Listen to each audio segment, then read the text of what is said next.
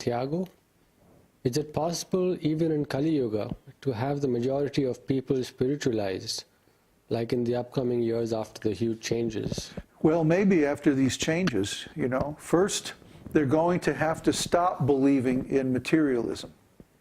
Right now, the biggest obstacle to preaching is the fact that people believe that science is going to come up with a real improvement in our lives. They've been conditioned to this. This propaganda. They've been fed this propaganda. And there's enough temporary benefit in using technology that people are hoodwinked into believing it, into accepting it. In reality, what's taking place is, like I said, within 250 years, we have burned up all available fossil fuels on the planet.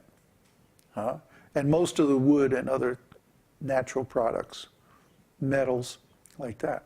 There's no high-grade iron ore left. There's no high-grade aluminum ore left. And so many other natural products, because they've all been mined out of the earth. And instead, we're using now second-class, third-class level of metal ores. And those ores, to extract the materials that we want out of them, is a much more energy-intensive process. So basically what we've done is, in the last 250 years, we've taken all of this easily available energy and burned it up just like that. Saying, well, we don't care, we're just going to throw energy at the process. And we don't care about the future. We just care about now. This is mismanagement, you see. This is like saying, okay, we live in a wood house, so we don't have to cut any more wood, see. We'll just use one little piece of the house in the fire each night. Well, how long is the house going to last before there's no house left? To where it's all burned up. And that's what's happening. We're exhausting our natural resources. These are things that took millions of years to create and will take millions of years to replace. And we're using them up in the scant 250 years. What happens when they're gone? It means all the energy goes away. So the impressive tricks that science has presented to the world are actually simply artifacts of this energy-intensive process that can only be done one time in history. And when it's over, it's going to be over for a long, long time. Okay? This is what they have done. See? It's immensely short-sighted, immensely stupid. I mean, really impressively stupid thing that they have done. They have, in a very short time, just burned up all this energy. And now it's running out. And so are all the raw materials running out. Yeah, there's plenty of iron ore in the ocean. But to extract it from salt water, I mean, you would need you'd need fusion reactors. And guess what? Nobody's figured out how to make that work. So we're at the end of the line, kiddies. This is it. Peak oil. The world passed peak oil production in 1995, and it's been going down ever since. And oh, by the way, did you notice they pulled the troops out of the cities of Iraq the same week that the oil deal was signed with the Iraqi government? I love this. I mean, it's so transparent. Of course, you're not going to read about that on the news, unless you read the news that I read.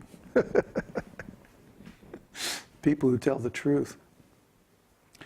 But this whole play, it's a facade. It's a charade. It's all very temporary, very superficial thing. Yeah, we're going to burn up all this energy, and you can have all this energy, whatever you want, sit in your home in Canada and burn all this gas and keep it nice and warm, and you don't have to do anything. Just turn up the thermostat, And that's very nice. It's 40 below outside, but inside it's nice and toasty because you can burn all this energy. But guess what? That energy isn't going to last more than another 20, 30 years. And it's going to become increasingly more and more expensive also between now and then. Actually, the planet is rebelling. You're going to see the oceans pretty soon are going to die. They're going to have an anoxic event. That's the technical term for when the air-breathing organisms in the ocean can't get enough oxygen anymore, and they're going to start going into an anoxic or what's that called? Anaerobic, thank you. Metabolism. Anaerobic ecology. And this is going to be very bad. It's going to poison the water, poison the air around the oceans. A lot of people are going to have to move because they're too close to these areas of the ocean that are dying. Like the Gulf of Mexico right now is in serious trouble. You know. Anyway, there's going to be ecological crisis all over the world. You know, because of misuse of the resources. And all of this has been done in such a short time. And everybody thinks, oh, it's so impressive. We have jet planes. Wow, great. We have cars. Oh, isn't that wonderful? All these beautiful roads that go up and like this, these big overpasses and all this stuff. But what we've done to get those is to use up thousands of years of fossil fuels in just a few years, just a few decades. And the demand is only increasing. It's like people say, well, we'll just use as much energy as you give us. You give us infinite energy, we'll use it all. You know? But the fact is, there's a definite limit of the amount of energy that is sustainable.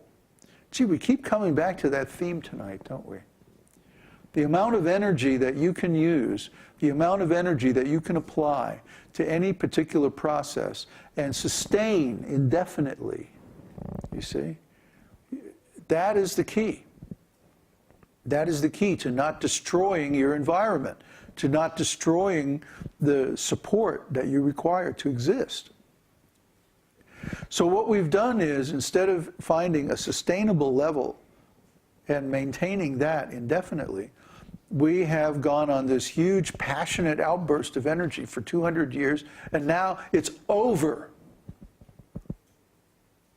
And the next few years, you're going to see that energy supplies become drastically curtailed.